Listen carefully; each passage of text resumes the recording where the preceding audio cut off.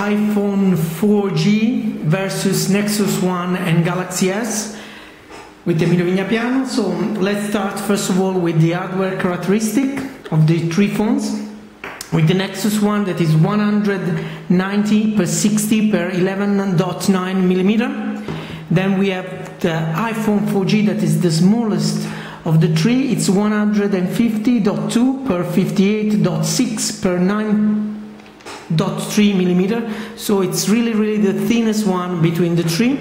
The Samsung Galaxy S is pretty nearby in thickness, so it's 122.4 per 64.2 per 9.9. So it's pretty similar, as you can see, in particular in this part. Here you have the antenna for the Galaxy S, so it's a bit thicker. Let's see what the weight. Let's start with the Google Nexus One. 135 grams. iPhone 141 grams. And then the Galaxy S is 190 grams. So the Galaxy S, it's the biggest one, but it's the most light of the three. This thanks in particular to the Super AMOLED screen. But before that, let's see what they have on their side. Left side is the fullest one with the balance of the volume for the three phones. The only one that are in metal are the iPhone one, that is also the best material, but we will go further in this. Balance of the volume also here for the Galaxy S. And then on the iPhone you have the button to put the ringtone on vibration and back.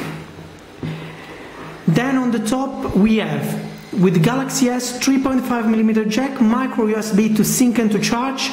There is also the possibility to close, so very nice. Jack 3.5mm, button to turn on and off, but also to lock and lock the screen. And this little point here, it's the microphone for the noise cancellation.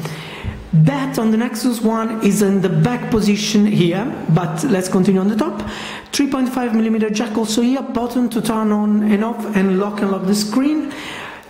Right side with the Galaxy S with the button to lock and turn on.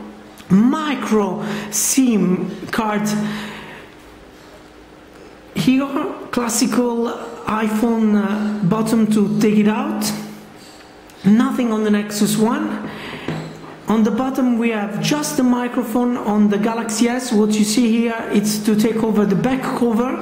Then we have the classical 30-pin plug with the microphone and the speaker.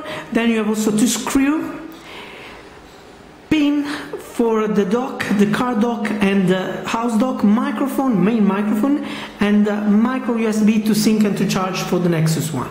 On the back of the tree we see the microphone for the noise cancellation. This is the unibody cover that is one piece of metal, pretty nice. Glass on the back of the iPhone, the best material, with camera button, with camera with LED flash, the same camera with LED flash, and also the speaker on the Nexus One, camera without the LED flash and without the protection on the Galaxy S with the speaker. Let's say something more about the cameras. The three of them are 5 megapixels, but they're really different. Let's start with the worst one, that is the one of the Nexus One. Unfortunately, HTC has never been famous for a camera sensor, and you can also see here for true. So unfortunately, it's the worst one, and also doesn't record video at 720p, so high resolution. You need to install an application on the ROM if you rooted your phone. Instead, you cannot, for now, make video. So probably in the future, Google will add it. Let's go now on the iPhone, that has really a much better camera than in the past, and the camera is also a LED flash. The camera is much faster than in the past also, but is not fast yet as the Samsung one. They both can record videos with 30 frames, 720p, so pretty good. Here, unfortunately, we don't have the LED flash, but without the LED flash is the best in the night, in particular when you're making photos for a subject that are far away, so they are not very close, they can get the best result. Let's go now on this phone. Have the same connectivity. The three of them are quadriband, GSM, GPRS and H connection, but also quadriband, UMTS, HSDPA, HSUPA. So really all over the world with the 3G connection you can have the best with the three phones. From the latest iPhone, the 3GS, this one is much faster also in connectivity. Unfortunately, for the issue of the network, really you don't have to hold the phone in a position that we'll show you later. Let's continue now with the material. The iPhone is of course the best one with material. Two glass, one in the front, one in the back. So really there is also a special treatment. So really with a fast cleaning you can take out all the fingerprints. That doesn't happen on the other two phones. What you can see here also is a camera for video calling.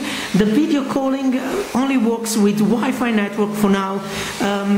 You have also video calling here on the Galaxy S, and the video calling works on Wi-Fi with application like Ring or with the network operators, the classical video calling that we have in Europe on 3G network.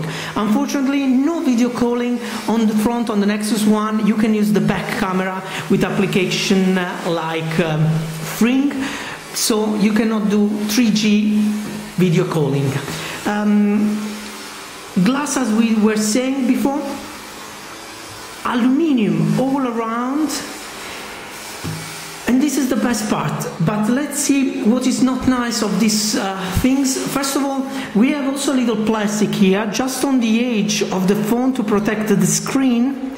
This seems the only protection that the screen has. So this is a thing that to some users that have the phone that fell down really was a huge problem for them, because it breaks after one or two fallings. The screen broke up. In particular, it falls on this part of the phone that is not so tough. Aluminium, as we were saying, and there is the connection problem. If you hold the phone like this, to creating a circuit between the Wi-Fi antenna and the 3G antenna, you see the network that goes down. It's a huge issue, not only on the coverage and making the phone calls, but also when you web browsing, when the phone is connected to download data with application like Twitter or Facebook or whatever. So this is really a huge problem, because it's an issue also on the battery, because the phone is forcing more energy to stay connected on the network. The Galaxy S has the worst material of the three. Unfortunately, the back cover, it's a plastic. Also, there is this three-dimensional design here. It's not so good, the plastic on the back. It's very cheap for a phone that costs more than 500 euro. The screen on the front, the touch screen is good. Unfortunately, it is not good what protects the screen. It's still a cheap material. Best cover, in our opinion, is the aluminum unibody one, because really gives a good shape. Unfortunately, the plastic that HTC used for these two parts are really gummy, are much higher quality than the Galaxy S, but of course they are not the quality of the iPhone, in particular if you think that the iPhone has glass. When you hold the phone, the iPhone really, you can feel that it's really weight, and it's really so so good in the touch, but unfortunately this doesn't give you a secure hold. To have a secure hold, you do like this in this position, and you create the secret for the network. This is not the problem of the Nexus One. Very good in hand, in particular because it's very curved in this part and it's gummy, so really gives a good grip. The Samsung Galaxy S is very large thanks to the 4-inch screen. That means that also holding the phone with this plastic and this little curve here for the antenna doesn't give a huge grip to the phone. So really you have to see which is better for your hands. We appreciate most the Nexus One in the hold. Let's go now on the screen, because as been said, really a lot of the screen. Okay, let's take higher the brightness because we are outside with this screen.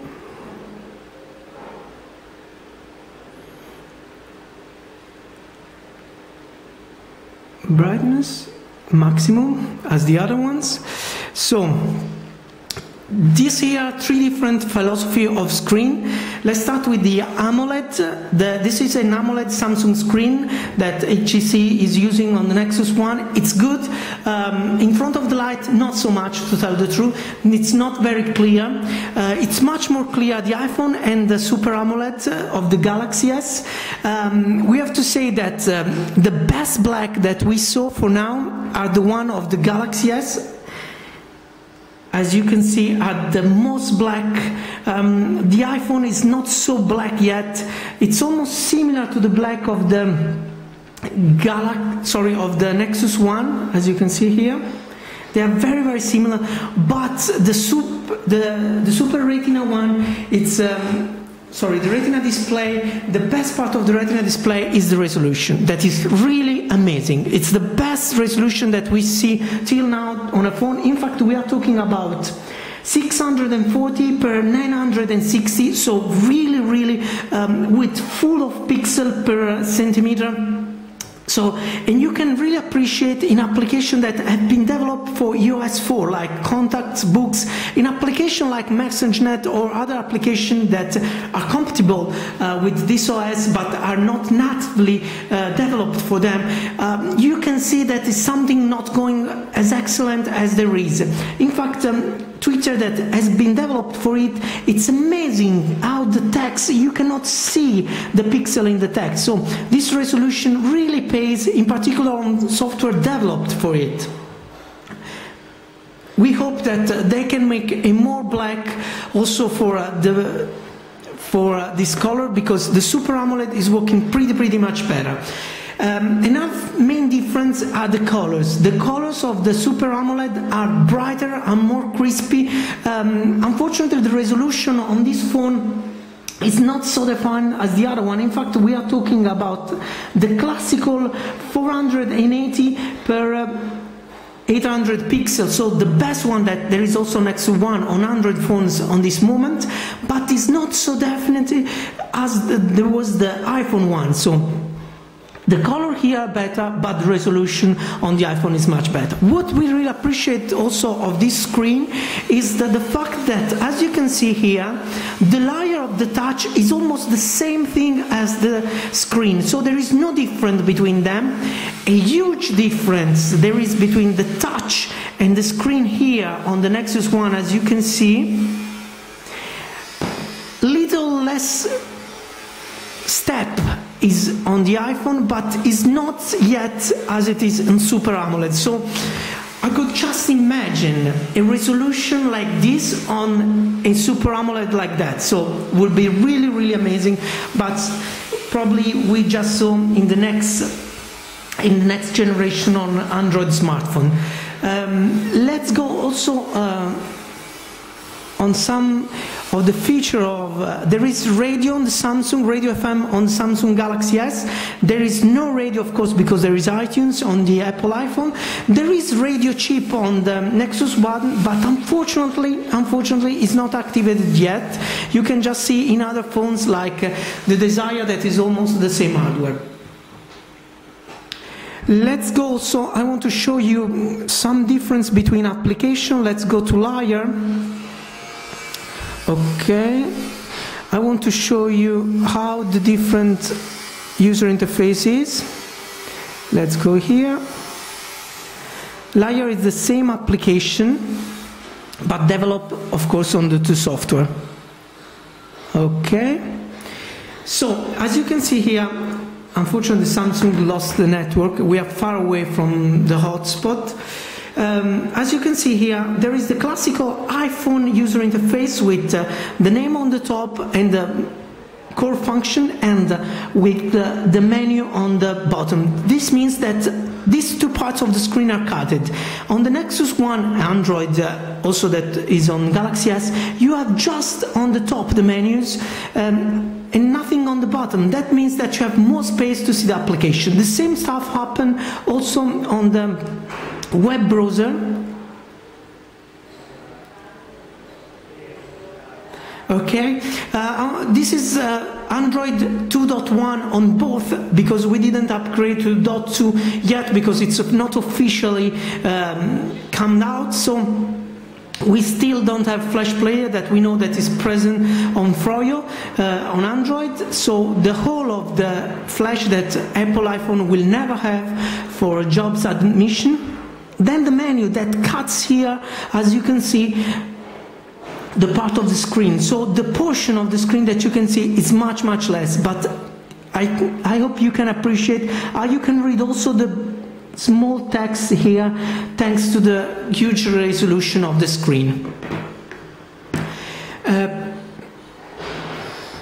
Two different operating systems, two different philosophy that you can see also in other things like user interface. Android, you can personalize as much as you want. iPhone, iOS is just on Apple products. And then there is the classical 2.1 operating system that is the one on Nexus One, that is a virtual role, as you can see here. Pretty same the Galaxy and the iPhone, with four main icons on the bottom and all the icons that are in panel.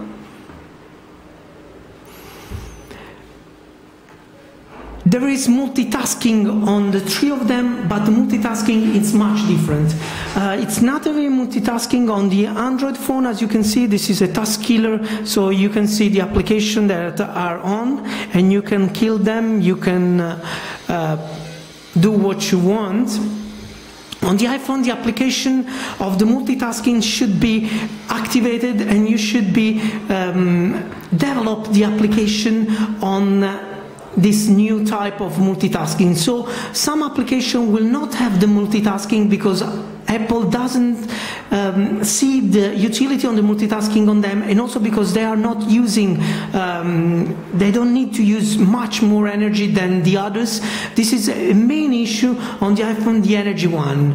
The best energy optimization, we should say, that we had on the Nexus One, that really can close 1.5 days without any problem. We charged it yesterday morning, and we did a lot of web browsing here. We charge also here yesterday morning with less navigation. In particular, the use of the GPS here, it's less effective than is on Android, use much more battery, but thanks God is much better than the iPhone 3GS. Battery here, don't see the screen so big, so you think that also the use of battery is a lot. It's 4-inch screen against 3.5, 3.7, but use really less energy than the others. What really use a lot of energy here is the GPS.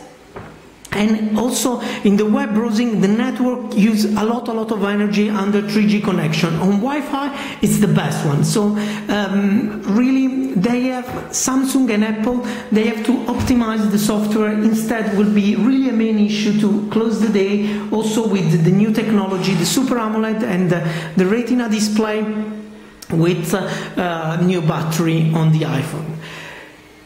These phones are already sold in Italy. The Apple iPhone is coming to Italy in a few weeks, but there are coming some models from France and from UK. We expect that will be also a huge success, and will be huge fighting in characteristic. If Apple can optimize the network issue, probably will be one of the best smartphone on the market. Samsung has to optimize the usage of energy, and the Nexus One really has to continue to develop, in particular on the screen colors, to optimize the HTC usage of the color. The three of them are using a 100 GHz processor. Three different philosophy. There is on the Apple is the new A4 that we already saw in the iPad, and we cannot still appreciate it yet because the software is not so optimized as we said, but you can see that it's a bit faster than the 3GS, but it's still slower than the iPad. So in that is still in the middle. Snapdragon 1 GHz on the Nexus One that really is using all the megahertz of the processor, and is very well optimized. So for now it's the most optimized one. Samsung uses his own processor, 1 GHz, but the software is not optimized as it is on